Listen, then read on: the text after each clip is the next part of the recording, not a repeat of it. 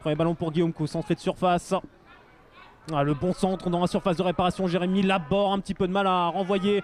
Draman Koné pour la première tentative, capté par Michael Salamon, 23 secondes de jeu.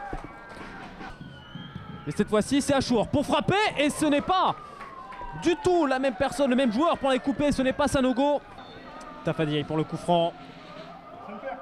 Ah, la tête qui va être captée par Després, c'est la première tentative cadrée de la soirée pour Amidouba.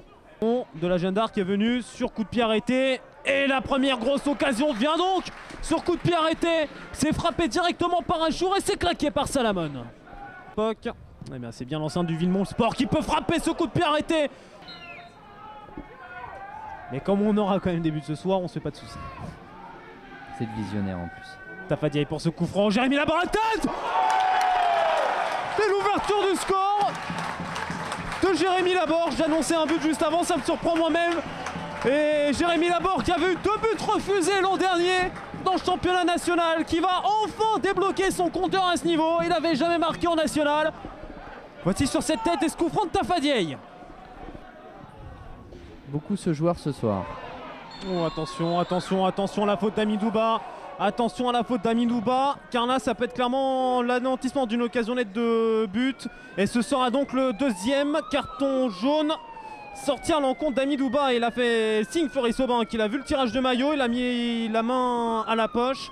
Voilà, l'attroupement là il sert strictement à rien. Si la faute est... Ouais, l'exclusion se confirme pour Amidouba qui était de toute manière déjà reparti au vestiaire. 40e minute de jeu. Deuxième avertissement pour Amidouba qui avait pris son premier jaune à la 30e. 2 jaunes en 10 minutes. Il était de toute manière déjà suspendu pour la réception de Lyon-Duchère. Et le coup franc qui est frappé par Dachour dans le mur. Et la reprise en demi-volée derrière au-dessus de la cage de Salamon. 42e minute. L'avantage au compteur.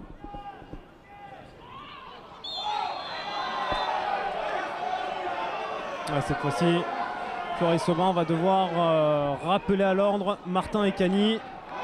C'est même le carton rouge contre Martin et Cani, qui a donc visiblement porté un coup volontaire sur ce duel pour que Floris Aubin sorte le carton rouge. Allez, fin de cette première période sur le score de 1-0 pour l'Entente Sannois-Saint-Gratien face à la Jeanne d'Arc de Drancy. Un but qui a été inscrit par Jérémy Laborde à la 37e minute. A noter l'exclusion d'Amidouba, deuxième jaune, 40e, et celle d'Ekani côté drancéen, 44e. Permettre à Gérant. Attention à cette action. Ouais, avec Cousin à la surface de réparation. Cousin, la parade de Michael Salamon. Peut-être l'arrêt décisif pour l'Entente Sannois-Saint-Gratien dans ce match à 10 contre 10. On voit des duels en N2 qui sont aussi acharnés, on les voit en national aussi.